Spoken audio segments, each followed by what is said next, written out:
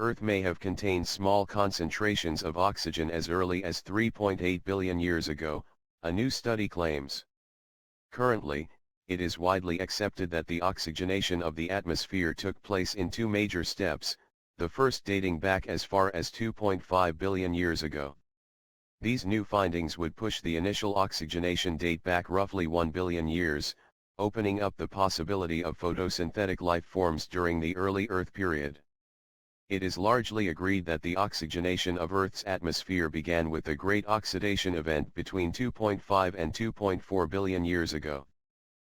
A second event during the late Neoproterozoic era from 750 to 540 million years ago continued this process, and some scientists believe this gave rise to the Cambrian explosion, of 540 to 520 million years ago that birthed diverse animal groups.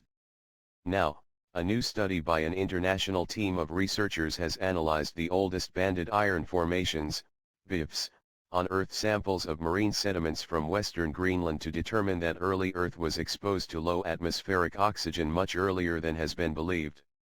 These formations are made up of marine chemical sediments, and have alternating layers of silica and Fe hydroxides. This allowing researchers to examine the composition and presence of oxygenation and reduction processes in the ancient oceans and atmosphere. The team, led by Robert Free of the Department of Geoscience and Nature Resource Management at the University of Copenhagen, used concentrations and isotope compositions of chromium and uranium in the BIFs to reveal the presence of oxygen. When exposed to reactive oxygen species, these elements break down and are carried to the ocean by rivers. According to the researchers, these elements require oxygen to be present in the BIF layers, indicating that Earth already contained low levels of atmospheric oxygen at this point.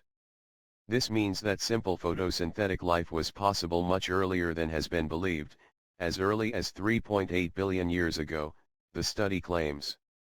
It is generally believed that the early Earth was a completely anoxic, but our study shows that the surface of the Earth was exposed to a low oxygen atmosphere already this time, said Free.